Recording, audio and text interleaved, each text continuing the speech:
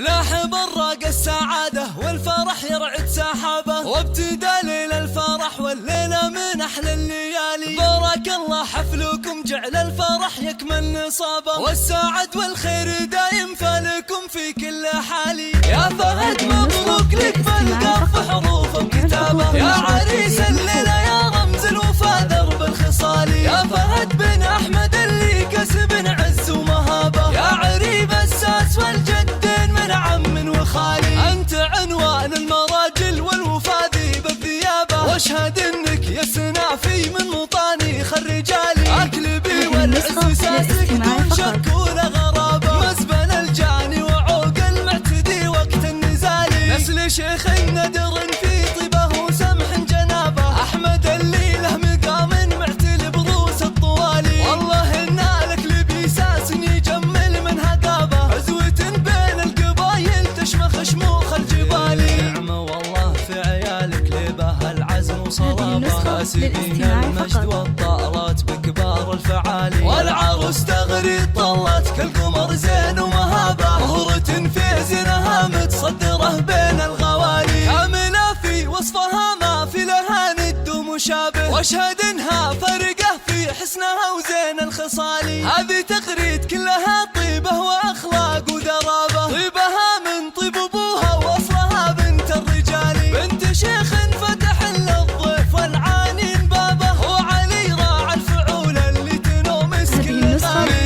بيع الغلبه يلي مجدهم كل حكابه، الرجال اهل الحميه والوفا واهل المعالي. لابت السبع عن مجد من قبل عصر صحابه، عزهم تشهد له سيوف صقيله ونبالي. نسبع الغلبه يلي مجدهم كل حكابه، الرجال اهل الحميه والوفا واهل المعالي. الرجال اهل الحميه والوفا واهل المعالي.